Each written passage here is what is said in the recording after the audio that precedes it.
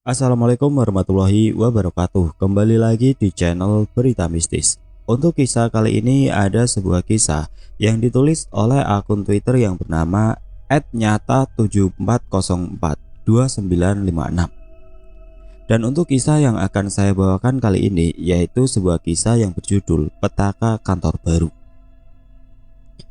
Sebelum kita masuk ke ceritanya, tekan dulu tombol like video ini dan jangan lupa tekan juga tombol subscribe channel ini dan nyalakan juga lonceng notifikasinya agar tidak ketinggalan cerita-cerita baru dari channel ini.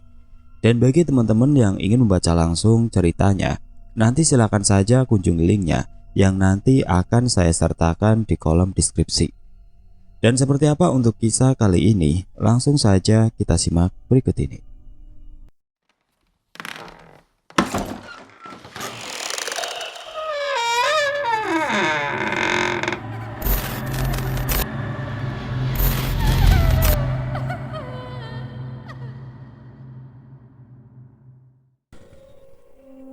Kala senja kembali tertawa, saat itu mereka mendapat petaka kantor baru. Kisah tentang pembangunan kantor baru yang penuh dengan teror hal-hal gaib. Selamat ya Mas Bro, semoga sukses dan amanah di tempat baru. Begitulah perkataan beberapa karyawan memberikan ucapan atas promosi jabatan yang aku terima. November 2009. Kejadian ini tidak akan pernah terlupa dan selalu membekas di ingatan. Sebut saja namaku Darto, seorang ambisius yang haus akan sanjungan. Tahun itu aku dipromosikan menjadi brand manager, di mana nanti aku akan bertugas pada cabang baru yang akan dibuka oleh kantor tempatku bekerja. Lokasi yang dipilih oleh manajemen berada di salah satu wilayah Provinsi Jawa. Dan sebagai tugas pertama, aku ditugaskan untuk mencari lokasi kantor baru, di mana kantor itu akan dilengkapi dengan gudang penyimpanan barang yang akan didistribusikan. Karena baru menduduki jabatan tersebut, sudah pasti aku ingin tugas pertama ini berjalan sempurna tanpa cacat. Hal ini juga yang membuat aku lupa diri dan menghalalkan segala cara demi mendapatkan satu kata yang dinamai sanjungan. Berbagai aspek kubedah, dimulai dari mencari tempat yang tidak recommended demi mengepres dana yang diberikan, pekerja yang low budget, dan pastinya aku juga menyampingkan nasihat dari orang lain perihal mitos lemah keramat atau tanah keramat. Kurang lebih 2 minggu aku melakukan ekspansi ke daerah tersebut hingga pilihan tertuju ke salah satu lokasi. Aku meyakini lokasi ini memiliki potensi karena letaknya cukup strategis, plus ditambah harga sewa lahan yang dapat dikatakan murah. Tetapi banyak kabar simpang siur akan lokasi tersebut yang dikatakan sebagai pusat kerajaan demit. Selain itu, lahan yang akan digarap juga merupakan bekas lahan pemakaman keluarga. Pada saat itu, kuburan yang dimaksud juga masih berada di sana, dengan total lebih dari 10 makam yang merupakan makam dari empunya lahan terdahulu, bukan pemilik lahan yang saat ini. Cerita miring soal lemah keramat di lokasi pun sepertinya sudah menjadi rahasia umum warga sekitar. Bud, ini 2009 bro, persetan dengan yang namanya setan. Tidak ada setan, yang ada hanya awal kesuksesan. Begitulah hal yang aku tanamkan guna menyemangati diri ini. Singkat cerita, keputusan yang aku buat sudah final dan tidak dapat diganggu gugat. Walau beberapa rekan lain telah mengingatkan untuk aku menimbang kembali, namun aku seperti sudah jatuh cinta kepada lahan itu dan mengacukan masukan-masukan primitif tidak mendasar. Semua berjalan lancar.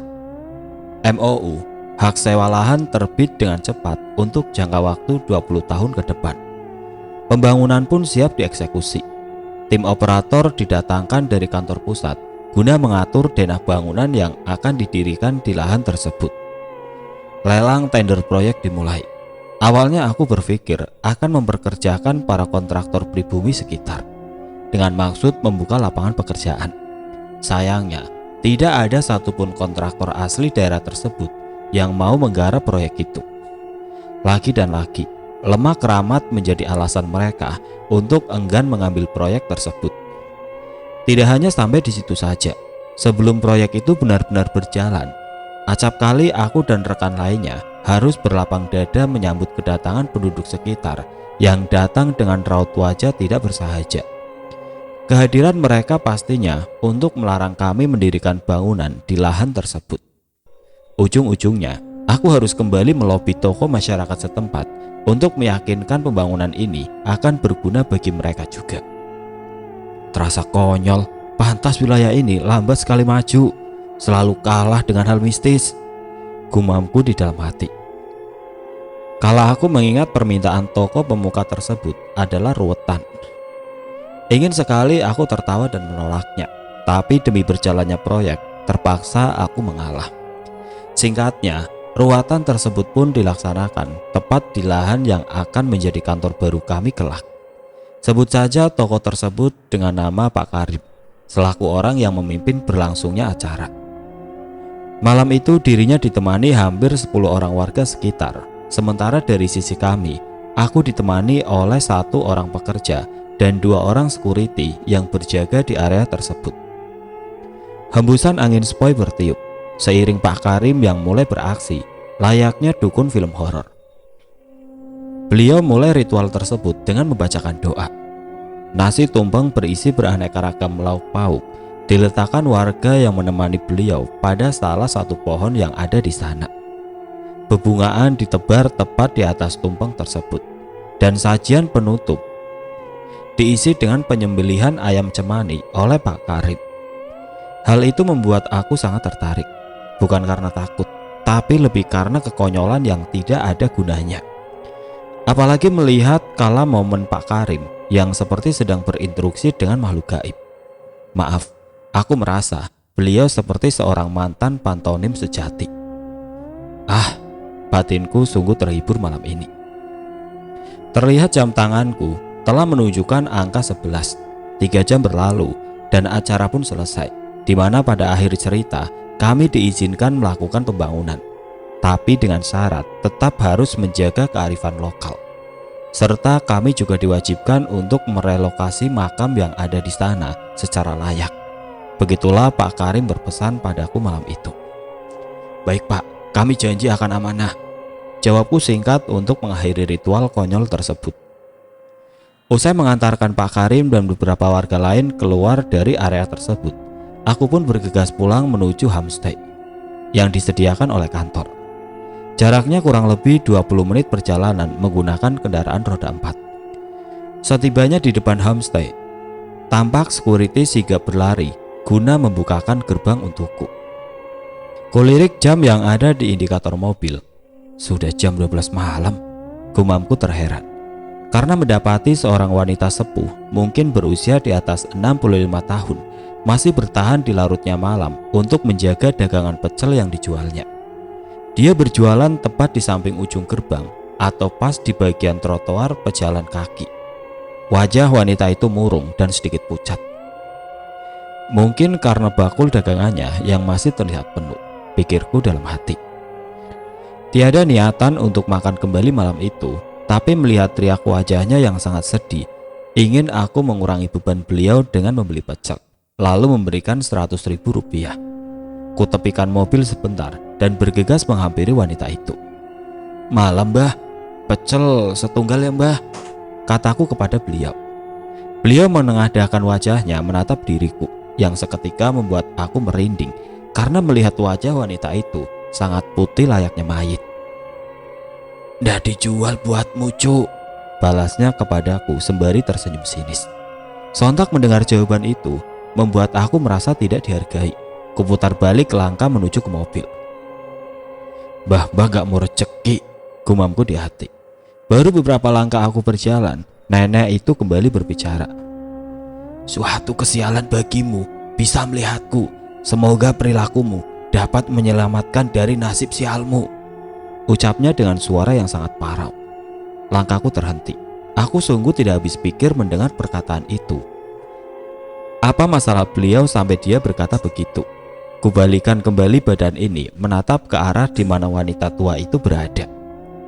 Darahku serasa turun seiring kedua kaki yang melemas.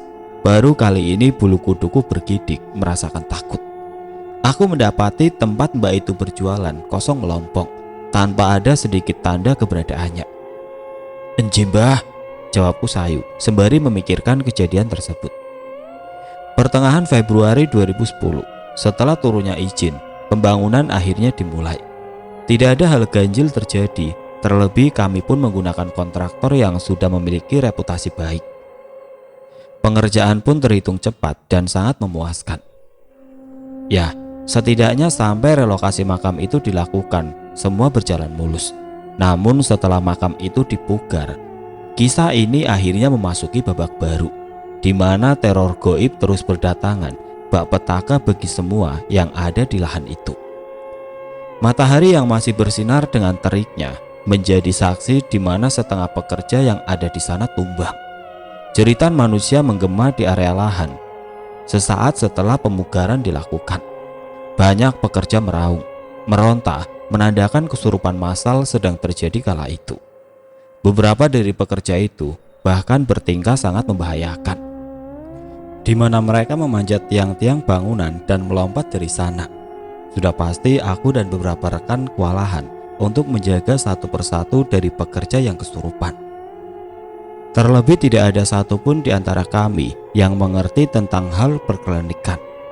Hanya menyuruh salah seorang pekerja, sebut saja namanya Andi, merupakan pekerja yang langsung dari kantor, merupakan salah satu staf Darto, untuk memanggil Pak Karim ke lokasi.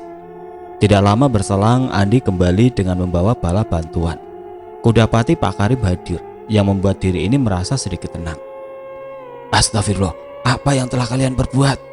ucap Pak Karim kepada seluruh pekerja di sana dengan raut wajah memerah. "Sudah kukatakan, jangan semena-mena," bentaknya kembali. Setelah melampiaskan amarahnya, Pak Karim segera bertindak. Dia dibantu oleh pekerja dan beberapa warga lain yang turut hadir juga kala itu. Satu persatu pekerja yang kesurupan tersebut ditangani oleh dirinya. Setiap prosesi penyembuhan, Pak Karim selalu menempelkan tangannya tepat di kepala para pekerja yang kesurupan. Dan tatkala dia mengayunkan tangan tersebut, seolah menarik sesuatu, jeritan histeris terdengar kencang. Kulihat tubuh itu meronta hebat, seperti menahan rasa sakit yang teramat luar biasa sebelum akhirnya pingsan. Butuh waktu agak lama hingga asar tiba, baru keadaan mulai normal. Tidak ada korban jiwa dalam insiden itu. Hanya saja 8 orang pekerja harus dilarikan ke rumah sakit karena mengalami patah tulang karena peristiwa tersebut. Akibat kejadian itu, proyek mangkrak hampir seminggu. Teror dari atasan pun habis menghujani. Mengingat aku merupakan penanggung jawab di sana, aku harus membuat detail kronologi sedetail-detailnya. Bagaimana mungkin mistis ini dapat aku akademiskan? Gumamku kesal terhadap permintaan tersebut. Diriku menjadi uring-uringan. 4 hari berturut-turut, kuajak Andi menghabiskan waktu di klub malam untuk sekedar menghilangkan penat di dalam kepala. Mabuk-mabukan dan berbuat maksiat menjadi rutinitas wajib. Bahkan aku malah menjadi lupa dengan istri dan anakku. Selama itu juga aku tidak menghubungi atau mengangkat telepon dari mereka.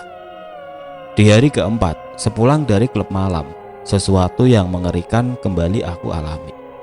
Entah jam berapa saat itu, yang pasti aku pulang memang dengan keadaan sedikit pusing. Efek beberapa gelas alkohol yang aku teguk di klub malam. Saat aku sudah berada di depan gerbang homestay, kembali mata ini terpana menatap sosok mbah penjual pecel yang ada di sana. Rasa takut ada di dalam hati, tapi aku beranikan diri guna menjawab rasa penasaran. Perlahan namun pasti, kakiku melangkah ke arah wanita tua itu. Tak, tak. Suara langkahku terdengar jelas, menandakan sunyi dan heningnya keadaan. Kini jarak kami tidak lebih dari semeter. Jantungku semakin kencang berdetak. "Misi mbah, mohon maaf sebelumnya bila saya ada salah. Jenengan iki sopo mbah?" Tanyaku dengan sangat sopan kepada dirinya. Aku berharap niatan baik diri ini akan mendapat respon positif juga. Namun kala dia membalas perkataan tersebut, aku hanya bisa menggigit jari semakin bingung dengan apa yang terjadi. "Tahu bahaya yang kamu hadapi sekarang? Pulang, jangan bawa sial di sini." Begitulah perkataannya ketus dengan wajah sinis. sama seperti awal perjumpaan kami dulu. "Lagi ngapain, Pak?" terdengar suara sembari menepuk badanku. "Ah," ucapku terkejut. Pria yang memanggil tersebut merupakan security di homestay tempatku bernaung. "Ini lagi bicara sama si Mbah," ucapku sembari menunjuk ke arah Mbah berada. "Mbah siapa, Pak?" tanyanya kembali. Dan lagi, aku seperti orang sinting. Kudapati kembali wanita tua itu sudah tidak berada di sana. "Astagfirullah," ucapku seketika. "Maaf, gak apa-apa," jawabku sembari meninggalkannya di sana. Kejadian semakin membuka mata ini, bahwasanya mereka yang tidak kasat mata benar adanya. Aku mulai mempercayai hal-hal mistis dan tidak menganggap rumor lemah keramat merupakan cerita yang mengada-ngada. Keesokan harinya aku dan beberapa rekan lain pergi menyambangi kediaman Pak Karim. Kedatangan tersebut bertujuan agar beliau mau membantu untuk menyelesaikan persoalan goib di lahan tersebut. "Kalian ini pemuda, kok tidak tahu tata krama? Orang yang sudah mati juga punya perasaan. Bila mau dipindah, pindahkan secara layak," ucapnya memberikan nasihat pada kami. Perilaku kurang ajar dari pegawaiku merupakan penyebab peristiwa tersebut, di mana pada saat proses pemugaran makam dilakukan dengan menggunakan elevator, tidak dengan cara menggali kubur itu secara wajar. Hal tersebut yang membuat kemarahan dari gerombolan demit yang ada di sana. Singkat cerita, ruatan kembali diminta beliau kepada kami untuk diadakan. Tapi kali ini sedikit berbeda. Bila sebelumnya warga yang diikut sertakan lumayan banyak, tapi untuk kali kedua ini Pak Karim hanya meminta perwakilan 2 orang saja dari tempat kami, sementara beliau ditemani oleh 2 orang warga. Tidak ada tumpeng maupun bunga-bungaan dalam prosesi kali ini, karena aku yang akan menjadi media perantaranya. Begitulah ucapan Pak Karim. Hari itu tiba, kami sudah berkumpul di area. Setelah dia memberikan arahan, Pak Karim memulai ritual tersebut. Entah bacaan doa atau lafalan mantra, dirinya husu berkomat kamit. Sesaat berlalu, dirinya berhenti. "Darto, kemari," panggilnya padaku. Aku mendekat ke arah Pak Karim. "Iya, Pak," jawabku. "Mana tanganmu?" ucapnya kembali. Aku menjulurkan tangan kanan ke arah dirinya. Tap. Seketika tangannya cepat memegang erat tanganku serta menyabetnya dengan keris yang entah sejak kapan digenggam oleh lengan kirinya. "Ah!" teriakku meringis menahan sakit. "Tahan sebentar, bila mau semuanya berjalan lancar," ucapnya padaku. 4 buah pasak berwarna kuning diambil dari dalam saku bajunya. Di setiap pasak, dia meneteskan darah yang mengalir dari tanganku. Kembali mulutnya terlihat berkomat kamit melafalkan mantra. "Ini hanya sebagai janjimu, kalau kamu tidak akan merusak tempat ini," ucap Pak Karim tiba-tiba kepadaku seraya melepas genggaman tersebut. Pak Karim mulai berjalan. Satu persatu pasak itu ditanamkan hingga tertutup oleh tanah, dan sampai pada pasak terakhir ditanam. Tiba-tiba suara teriakan tangis berpuluh manusia bergema. Tangisan itu saling bersaut satu dan lain, yang kemungkinan bersumber dari warga kampung. Kami terheran mendengar teriakan tersebut. Terlebih Pak Karim yang terdiam sembari terus menatap gelisah ke arah langit malam itu. Beberapa menit kami terhening tanpa sepatah kata. Sebelum samar dari kejauhan, tampak seorang pria lari dengan tergesa. Nafasnya terengah, berpacu dengan ayunan kaki yang terus menerjang, seraya membabat apapun yang ada di depannya. Kami menatap tajam ke arah sosok pria itu. "Ada apa, Le?" tanya Pak Karim kepadanya sesaat saat pria tersebut sampai di hadapan kami. Pria itu bernama Bayu, salah satu pemuda kampung. Wajah Bayu terlihat bingung. Sesekali dia menatap kami, seperti sungkan untuk menyampaikan pesan kepada Pak Karim. "Kamu kenapa? Kenapa kampung riuh sekali?" tanya Pak Karim kembali. Anu Pak." Wajah Bayu mendekati Pak Karim sembari membisikkan sesuatu kepada beliau. Mendengar info dari Bayu membuat raut wajah Pak Karim berubah. Pak Karim terlihat kesal memandangi kami. "Ada apa, Pak?" tanyaku kepadanya. "Bukan urusanmu, kalian pulang saja. Ingat, pulang dan jangan mencampuri apa yang terjadi. Besok selesai maghrib, "Kamu Darto, datang ke rumah," bentaknya padaku malam itu. Tanpa mau memperkeruh suasana, diriku hanya menganggukkan kepala menandakan iya padanya. Karena sudah pasti hal buruk sedang terjadi saat ini, pikirku. Aku memutuskan untuk pulang malam itu. Kuajak Andi menginap di homestay. Jujur aku sangat takut karena sewaktu Pak Karim menyayat tangan ini, seketika itu mataku dapat melihat mereka yang tidak kasat mata, para penghuni lemah keramat area tersebut. Dan yang lebih mengerikan, dari sepanjang perjalanan sampai setibanya di homestay, sosok goib itu selalu ada. Aku hanya tertegun, bercucur keringat dingin kala melihat penampakan pocong, kuntilanak, gendruwo, sampai mereka yang berwujud manusia seperti seorang tua keriput dengan bagian mata yang bolong berdiri di salah satu sudut ruang tamu kala itu. Aku sempat memastikan dengan bertanya kepada Andi, apakah dirinya juga melihat hal yang sama. Dan seperti apa yang aku perkirakan, dia tidak merasakan sedikit keganjilan yang bisa aku lihat dari sikapnya yang terlihat biasa. "Kamu bener gak lihat sesuatu, Dik?" tanyaku kembali sembari menatap ke arahnya. Namun bukan Andi yang kini ada di hadapku. Sosok Mbah si penjual pecel berada di sana. "Sudah kubilang, jangan cari perkara." Begitulah ucapan terakhir yang menggema di telinga ini sebelum diri ini tersadar pada empuknya ranjang rumah sakit. Dari penuturan Andi, aku pingsan sewaktu perjalanan pulang dari kantor, dan dia langsung membawa diri ini ke rumah sakit, di mana hampir sehari lebih aku tidak sadarkan diri. Tentu mendengar penjelasan tersebut membuat kepala ini semakin nyeri. Terus apakah kejadian di homestay hanya halusinasi semataku saja? Tapi semua sangat terasa nyata. 3 hari lamanya aku tinggal di rumah sakit tersebut sebelum akhirnya diperbolehkan pulang. Kuambil cuti 2 minggu lamanya. Selain memang kondisi tubuh yang masih teramat lemas, aku juga membutuhkan sedikit udara segar untuk membersihkan segala penat di dalam jiwa. Ku coba melupakan trauma terhadap hal gila yang tidak dapat ditelaah dengan akal sehat. Aku lebih memilih pulang, melepaskan rindu kepada istri dan anakku. Ku berbanyak beribadah dan mendekatkan diri kepada Allah, Tuhan Allah semesta, memohon ridhonya agar semua kembali normal. Namun ekspektasi hanya ada di angan. Kepulanganku ternyata tidak merubah apa-apa. Matahari mulai terbenam, senja kian menapaki diri. Anak semata wayangku asik bermain dinosaurus di atas sofa yang berada di ruang tamu. "Yat, yat," suara terdengar sambil menggerakkan mainan dino itu.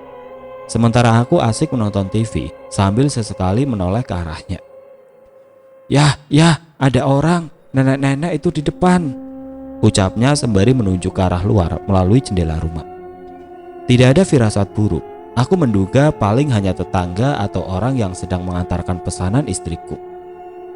Kusamperi buah hati tercinta sembari mengecek akan kebenaran omongannya. Astagfirullah. Kutarik anakku segera menjauh dari jendela setelah ku tahu sosok yang dimaksud olehnya merupakan mbah penjual pecel yang acap kali mengusik diri ini. Tidak hanya sekali, tetapi 2 kali dia menunjukkan diri. Padahal saat ini aku tidak dalam posisi bekerja atau menetap di wilayahnya. Kisah ini terjadi 2 hari sebelum aku kembali aktif bekerja, di mana aku mengajak istri dan anakku berlibur. Selepas menikmati keindahan Curug di Bogor, kami pergi menuju ke salah satu resto untuk makan siang. Seperti biasa, keadaan saat itu cukup ramai seperti biasanya. Dan tahu apa yang terjadi sewaktu aku hendak memesan makanan. Bukan pramusaji yang menyapa, namun si mbah kembali menampakkan diri di hadapanku. "Demi perjanjian darah yang bersemayam di layat itu, aku bersumpah akan membunuh siapapun yang mencoba mengenyahkan kami," ucapnya kepadaku. Sontak aku yang terkaget langsung berteriak kencang, membuat semua orang menatap kami. "Apa sih ya?" ucap istriku bertanya keheranan. "Halo, di mana Dik? Saya sudah di gate 1 ya." "Siapa? Saya sudah di parkiran," jawab Andi kepadaku. Saat itu jam 8 malam, pesawat yang aku tumpangi sudah mendarat dengan aman guna membawa aku kembali ke lemah keramat tersebut. Terasa berat bagiku untuk kembali ke sini, malah sempat terbesit keinginan untuk mengundurkan diri dari pekerjaan yang sudah beberapa tahun ini kulakoni. Jujur, bila diri ini tidak mengingat ada perut-perut yang harus aku berikan makan, aku lebih baik hengkang dari tempat tersebut. Bagaimana keadaan proyek, Dik? Apakah masih terjadi hal aneh? Tanyaku padanya. Andi terdiam. Raut wajahnya berubah, mulutnya bergetar. Terlihat bingung bagaimana cara menjelaskannya padaku. Bagaimana, Dik? Lagi kuulangi pertanyaan yang sama kepadanya. Kusut, Pak, jawabnya singkat. Kusut bagaimana? Tanyaku kembali. Proyek sudah tidak bisa dijalankan selepas senja. Estimasi waktu selesai pembangunan yang kita harapkan akan meleset jauh, Pak. Beberapa kali sudah dipaksa untuk ngebut kerjaan, malah menjadi PR tambahan yang kesurupan, diganggu makhluk halus maupun insiden lain terus terjadi. Belum lagi Pak Karim sudah tidak mau membantu, Pak, jelas Andi padaku. Lebih lanjut, dia juga menceritakan perihal banyaknya pekerja yang mengundurkan diri karena tidak kuat dengan teror horor yang terjadi. Untuk saat ini, kita hanya bisa maksimalkan dengan menambah pekerja di pagi hari dan untuk pembangunan malam dihentikan, ucapnya kembali memperjelas keadaan. Kuhla nafas panjang mendengar penjelasan itu. Kepalaku langsung terasa berat, seakan kembali ditumpuk segudang masalah yang tidak bisa diurai penyelesaiannya. Jam 10 malam kami telah tiba di homestay. Awalnya aku ingin meminta dirinya kembali menginap di sana, namun belum sempat permintaan itu terucap, dirinya terlebih dahulu meminta izin untuk langsung pulang. Setibanya kami di homestay tersebut. Ada yang ketinggalan, Pak, ucapnya padaku dengan sedikit terbatah. Aku merasa heran melihat ekspresi wajahnya kala masuk ke dalam homestay. Tapi sudahlah, aku juga enggan untuk mencari tahu dirinya melihat apa di tempat ini. Karena bila aku tahu apa yang terjadi padanya, bukan tidak mungkin nyaliku akan kembali menciut. Atau mungkin detik ini pula aku akan hengkang dari pekerjaan ini. Kuseduh segelas kopi untuk menemani kesunyian. Suara adukan sendok beradu dengan benturan gelas. Ku bawa kopi itu ke teras sambil menikmati sebatang rokok dan indahnya suara istriku dari telepon yang menemani hening malam kala itu. Aku berbicara melalui telepon genggam. Satu suara jelas terdengar, mengusik perbincangan hangat antara aku dan istriku. Tendang, ayo tendang, gol, gol. Aku hebat ya, Mah. Belum usai rasa penasaran akan suara siapa yang menggema di luar sana, aku juga dibuat kebingungan kala tiba HP milikku kehilangan sinyal yang membuat pembicaraan terputus.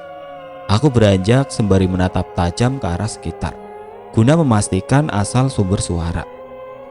Siapa yang masih bermain di tengah malam seperti ini? Gumamku. Sekali lagi aku lihat ke berbagai arah. Di pikiranku terlintas sosok Mbah yang akan menampakkan dirinya kembali padaku. Jujur, aku sebenarnya pun tidak lagi mengharapkan suara itu berasal dari manusia dan sudah tidak merasa heran kalau suara itu juga termasuk part horor yang wajib kujalani sekalipun aku tidak punya keberanian. Suara itu kembali terdengar. Ya, ayah, ayo main.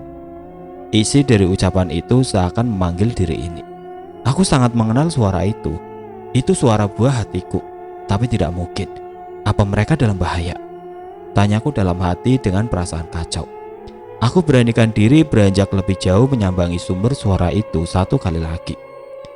Pelan aku berjalan mengikuti panggilan yang masih terus terucap memanggil diriku. Dan seketika langkahku terhenti. Aku menjerit histeris ketika aku mengetahui sosok yang dari tadi memanggil diriku. Dua pocong berdiri di hadapanku dengan jarak yang hanya beberapa meter. Air mataku terjatuh melihat perawakan kedua pocong tersebut menyerupai anak dan istriku. Aku tidak lagi dapat mendeskripsikan keadaan. Walau aku gemetar menahan takut dan hatiku juga mengibah. Tidak sampai hati melihat orang yang kucintai menjadi bentuk demit mengerikan seperti apa yang terlihat saat ini. Seperti sebelumnya, aku kembali pingsan dan baru di subuh hari sekitar 4:30 pagi, diri ini baru mendapatkan pertolongan dari security yang sedang berpatroli. Handphone menjadi benda pertama yang kucari. Aku langsung menelpon istriku dan mengajukan security yang dari tadi mengajukan beberapa pertanyaan mengenai apa yang terjadi pada diri ini. 5 kali lamanya mencoba, baru telepon itu mendapatkan respon. Terdengar suara istriku yang masih seperti setengah sadar. Namun hal tersebut sudah cukup sebagai penenang hati bahwasanya mereka dalam keadaan aman.